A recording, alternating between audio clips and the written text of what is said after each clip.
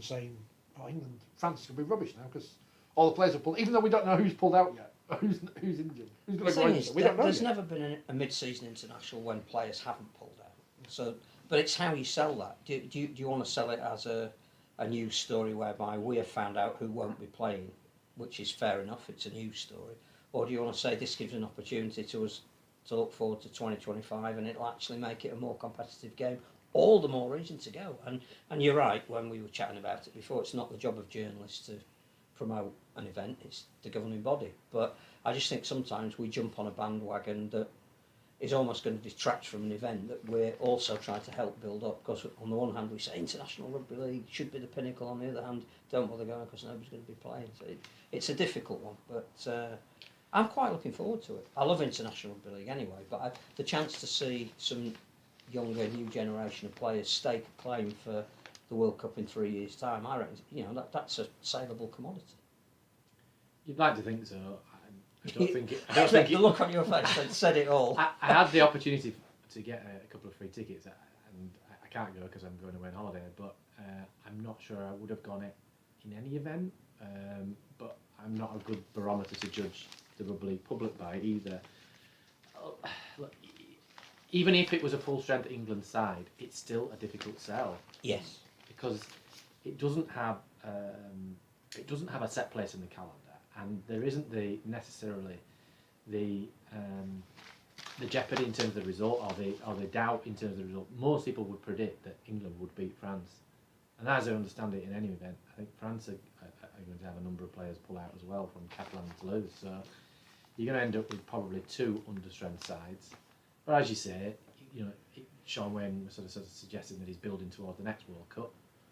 Well, we're 3 years out from that, and as you say, it's a great opportunity for those people who are in that 40-man squad that realistically at this stage probably wouldn't get in that starting 17 to stake a claim. But from a fan's perspective, do you go and spend 20, 25 quid, 30 quid on a ticket? I don't know. And then you travel and take your kids and then buy your drinks and your burgers. I still think it's good value.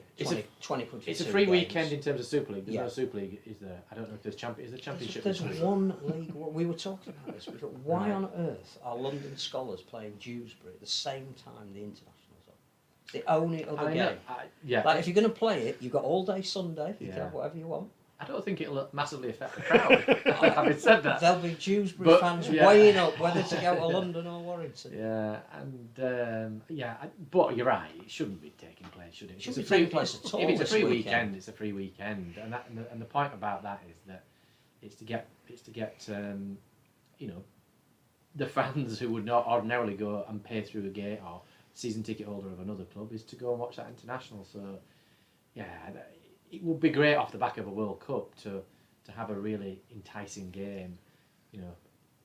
I don't know. Not in Warrington, which was I think I said this when it was announced. It's not no disrespect to Warrington. I've been there. It's a place, but it's not a it's not a destination we don't go to all the time, once or twice a season. This is also the third year running its fixture, so why not move it round? I get that it's a rugby league stadium, so I get a rugby league stadium. Yeah. And not every football stadium is available. We're getting to the stage of the football season where it might even be playoffs, and so you don't want to sort of half book somewhere and then find you've got to change it. But yeah, I'm with you. I think there is even a case for saying that if we could find a venue that wasn't a traditional rugby league venue, that wasn't too far away, let's say a Nottingham. If you're going to get 4,000 people at Warrington, you might as well get 4,000 people in Nottingham, and 3,000 of them might never have been to a game. Well, I suppose you should build off wherever you went in the World Cup, but that was generally the heartland. Well, that's why Middlesbrough, dare I say it. Well, no, it's interesting you mention Middlesbrough. We should take England. I think Sheffield United. It might be later this week. It might be next week. That hopefully the Tonga games are going to be announced. But again, the interesting thing will be not that we're playing them because I think that's been heavily rumoured. It's where we're going to play them. Yeah. I think one of those games should be in Middlesbrough because that's where Tonga were based. So there's a little bit of residual. We looked after Tonga when they were here. They did a lot of work in the community there. So some kids who had a great time, supporting them, leading them out. Yeah, I get. Plus, it's near enough to the heartland area, the traditional area. I hate the word heartland. so that we could get there and go to somewhere new that perhaps we haven't been. 9,000 people went, which is not a bad crowd. No, it wasn't a bad crowd. I think the criticism was unfair, actually, because it's a big stadium. I don't know what it holds.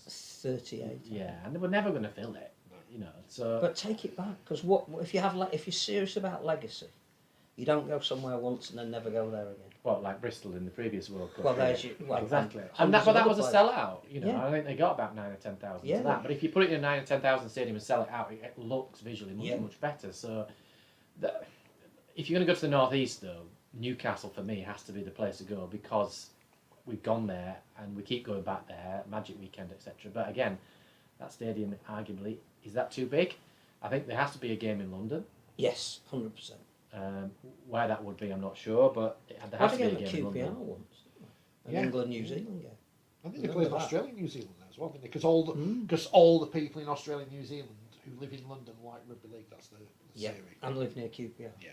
That's the theory. Where's Brentford? Is that Nice new stadium. Yeah, that would be good.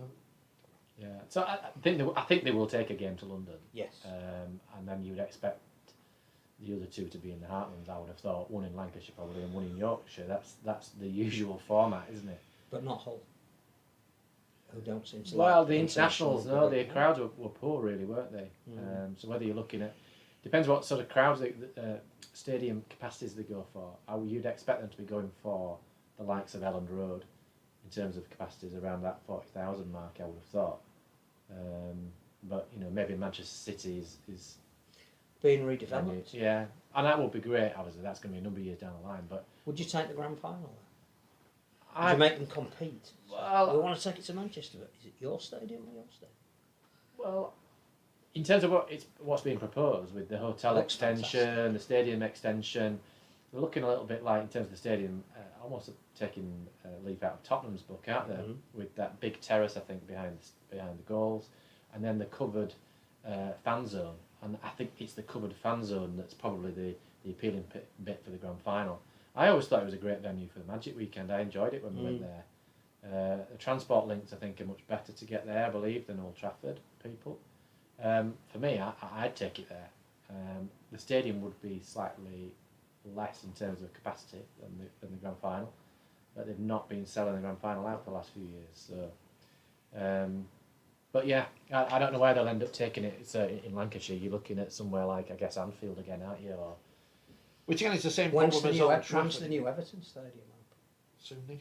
Where's Sid? it won't be at the end of this year though. It's still a way off.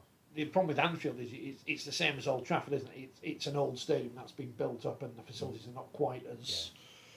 Well, the City is where Andy would take it. He also says Warrington's the best for logistics in the country. So I mean, what we could do this week is we should have got Chris Evans to mention it on his breakfast programme, because he gets paid loads of money. Or give an England shirt to Carol Vorderman, because she's always on Instagram. So people would say, what's that England shirt? Oh, it's Carol Vorderman. And then we're getting the Daily Mail then as well. Talking We of could link Jack's O'Neill with Carol Vorderman, I don't know.